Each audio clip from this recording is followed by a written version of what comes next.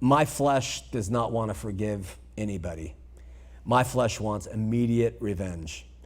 When I indulge my flesh, I have not ceased from sin, but have increased my propensities towards sin.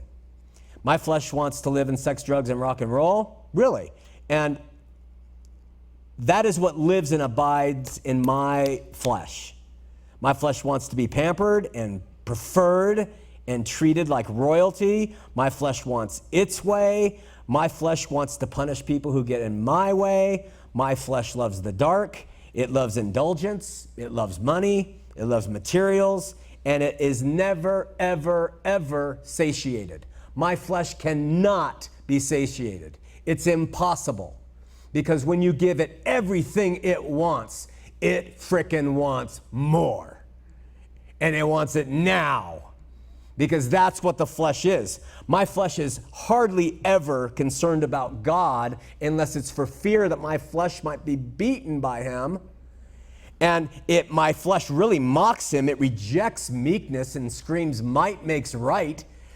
And look, there's no use in pretending. And my flesh lives the biggest effort you've ever seen in your life. And I would suggest that same being lives in your flesh. The biggest. And if you think not, let your flesh run for a while. Let it become the predominant thing in your life, and you'll see what a big effort it is. Sorry for that, but make no bones about it. I'm personally convinced, in my case, that God has allowed me to be such a man of the flesh so I could value and see the glory and the power of being broken by the Spirit, and to know what I'm about, and to see the beauty in meek things and the beauty of all that is not in this world. Because without him showing me that, it would just be carnage. So he's allowed by and through my strength in the flesh to see that there is nothing in me that is good. Nothing. And when anything of heavenly merit has the potential to come out of me, it is absolutely Jesus escaping out and doing the thing that is good. And that's a horrific monster if it's me coming out and doing the good.